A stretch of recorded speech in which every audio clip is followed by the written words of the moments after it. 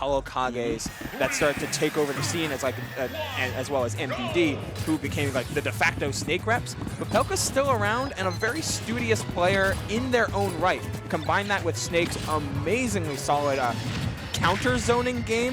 You can put together some pretty good, some good damage and some solid counterplay formulas to just about anyone if you're on your game. Can't let yourself be blown up after the ricochets off this wall. Yeah, as many players would normally do, they would just approach Steve, not allow him to start mining and start building up all this material. But Pelca, utilizing the grenades, getting up a lot of setups, putting himself in a position to set up himself, so that when he does approach DDog, it's not going to be an easy task for DDog to get away from him.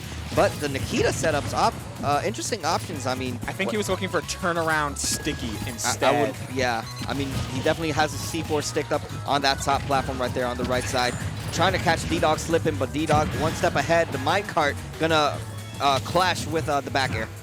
Yeah, looking for more spacing with this back air, which is a good move in its own rights. What keeps Snake so relevant is the fact that you can change up how you play at a moment's notice with a really good suite of tilts, aerials, and more on top of the grenade pressure.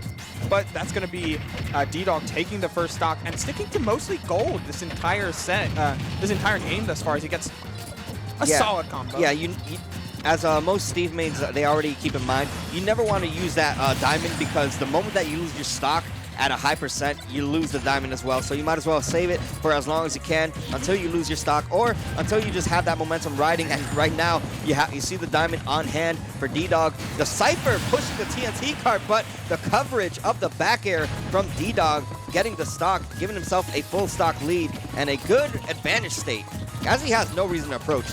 No, not at all. And you got full stone, plenty of iron, and another diamond. Yeah, and you're prepared for next stock, you're prepared for this stock, and you can get plenty of damage if that grenade didn't come out in time. Goodness. But that's what keeps DDog at the very least in the Steve, like one of the top Steve main contentions, up there with Yanni and Why did Jake. he fly like that? Why did he fly like that? Powered mine, sorry. Yeah, like it just goes, right? Hey, yeah, hey. That was something. Anvil's crazy. Anvil's basically every move from Steve is so good, and it's so much of just like Steve's basic game plan of, yeah, I'm gonna minecart, I'm gonna mine, force you to approach, build blocks, like rotate, and let that gameplay loop be as prominent as it is, can just be so unbelievably overwhelming just at the start of it. As Pelca commits to the Snake and commits back to PS2 without flinching, basically. And DDog is pretty content at rolling with this. No shortage of Snake players in the tri-state scene, even in New York. I mean, you look at players like Bobo that are still amazing representatives of the character, and players that DDog has a positive record on with this Steve. Yeah, I mean, right now you're seeing a lot more of a patient playstyle coming out from Pelca, showing no signs of approaching, because he knows the moment that he does so, he may be going for a ride, which is with the up tilt train that we just noticed from DDog, tagging on 85%. Pelca didn't have a jump there, had used it in mid-combo, but was able to get back to stage just fine. It's interesting to watch this because sometimes DDog will just do like normal Steve stuff, of course, approach with minecart, find an aerial afterwards, all that normal stuff that you see. But sometimes he'll just do like, hey, I'm going to approach with shield. That was really good. A placement of the grenade forward tilt in order finding the reward after it, which almost feels like the hardest part against Steve. Sometimes your combo starters, you have to respect Anvil, you have to respect minecart, so you remove yourself from finding the true reward after. But Snake and Pelca choosing to finding some really good openers, like with that up tilt, to make the reward happen at the end of the day.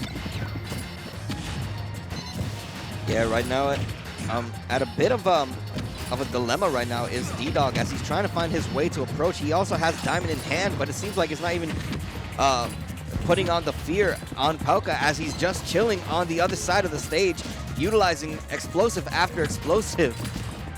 Oh yeah, we are playing. It's almost like Pelca's like, all right, I'm gonna harass you so you don't get a ton of time to mine, good timing mix up there from DDog, going with the anvil early, as a lot of times Pelca had been choosing to try and contest minecart high, like he tried to there, and 833 for it. I don't know, it's a tough matchup to continuously try and play, because Snake, while doing amazing at countering a lot of the homes and the walls, can sometimes struggle in forcing Steve out of minecart and playing the center stage game. Oh, and the usage of the anvil. Although the grenade's coming in clutch right now, saving Pelca, is still going to reach to his demise as he loses the stock to yet again another back air, and a DDog who not only has a diamond in hand, but has one reserved for the final stock if he is to get hit and be taken to that final stock of his. Oh, the jump with the detonation of the C4 put him in a horrible spot, but nothing that he can come back from. Back here comes down, Pelca looking for this up tilt, but the get up attack and the roll read as well. DDog just pressing all the right buttons and keeping all the right options. Nearing that 160 mark though, and at 159, a grab and a couple pummels is a true confirmed death if you can find a way to grab Steve. Yeah, it's definitely a bad position for DDog right now. Still holding on to that second stock of his as he sits at 163, has Pelca on the edge, but finally losing the stock. And as I say that, he's already back at it. He already has the diamond on hand, 91%. One big hit will definitely do it right now for DDog to take this game and solidify himself into top 16. Oh, that back air nearly connected, as well as missing the footstool.